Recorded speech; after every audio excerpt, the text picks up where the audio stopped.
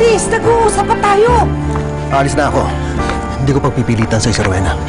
Babalik na ako Maynila. Wag, please. Don't leave. Please, let's talk. At ano, papipiliin mo ako? Ikaw o si Rowena? Hindi na kita papipiliin, anak. Please, wag mo lang akong iwan. Luis, please. Ilang buwan ka sa Maynila. Lungkot na lungkot ako.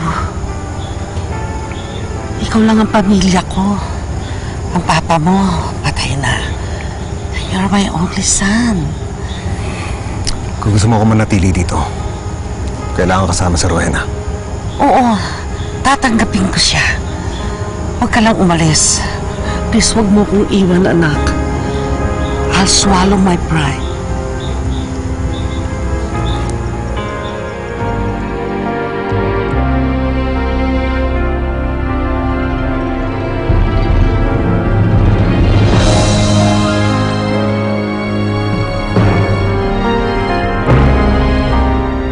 Ito ang guest room. At dito ka matutulog, hindi sa silid ng anak ko. Let's keep up with the pretense that you are as pure as a driven snow. Shall we? At walang makakaalam na buntis ka. You understand? Ha?